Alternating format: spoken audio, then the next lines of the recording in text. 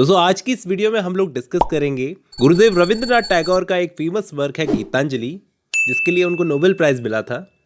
उसी में से एक सॉन्ग है सॉन्ग 36, जो कि बहुत ही फेमस है। हम लोग इस सॉन्ग के टेक्स्ट पर नजर डालते हैं। ये टेक्स्ट है, इसको मैं हिंदी में ट्रांसलेट करूंगा और हिंदी में समझाऊंगा कि इसमें पोएट क्या बोल रहे हैं। सॉन्ग की पहली लाइन है, this is my prayer to thee. यहाँ भगवान को बोल रहे हैं पोएट कि ये मेरी एक प्रार्थना है आपसे। माई लॉर्ड, माई लॉर्ड, ये गॉड को बोला जा रहा है कि भगवान मेरी एक प्रार्थना है आपसे। Strike strike at the root of penury in my heart. पहले इसके मुश्किल वर्ड्स को समझ लेते हैं। स्ट्राइक का मतलब होता है हमला करना, रूट का मतलब होता है जड़ों में, और पेन्यूरी मतलब गरीबी। कि मेरे दिल की जो गरीबी है उसकी जड़ों पर आप हमला करो, ये मेरी एक प्रार्थना है आपसे। माय लॉर्ड, मेरे भगवान, मेरी ये प्रार्थना है आपसे। गिव मी द स्ट्रेंथ, मुझे ताकत दो। Lightly to bear my joys and sorrow.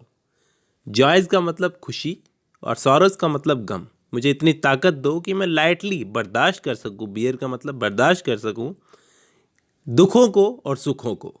Give me the strength, मुझे ताकत दो। To make my love faithful in service, मैं आपकी सर्विस में अपना जो प्यार है उसके लिए फेथफुल हो सकूं, मैं अपने आप को फेथफुल बना सकूं। इतनी ताकत दो मुझे।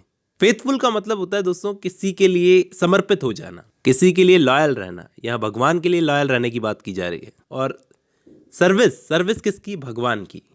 गिव मी द स्ट्रेंथ, मुझे इतनी ताकत दो।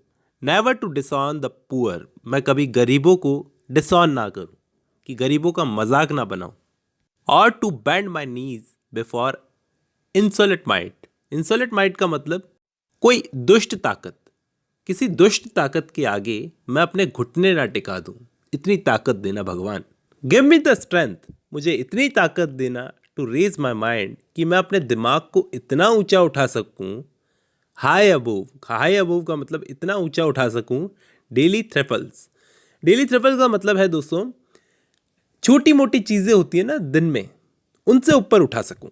और लास्ट में पार्ट बोलते हैं, गिव मी द स्ट्रेंथ, मुझे इतनी ताकत देना। टू सरेंडर माई स्ट्रेंथ, कि मैं अपनी स्ट्रेंथ को सरेंडर कर सकूं। टू दाय, दाय का मतलब है आपके सामने। माई स्ट्रेंथ टू दाय विल, आपके सामने सरेंडर कर सकूं। विथ लव, प्रेम के साथ में सरेंडर कर सकूं। और यहीं पर ये पोएम खत्म होती है दोस्तों। उम्मीद करता हूँ आपको समझ में आई होगी। आज की इस वीडियो में बस इतना ही।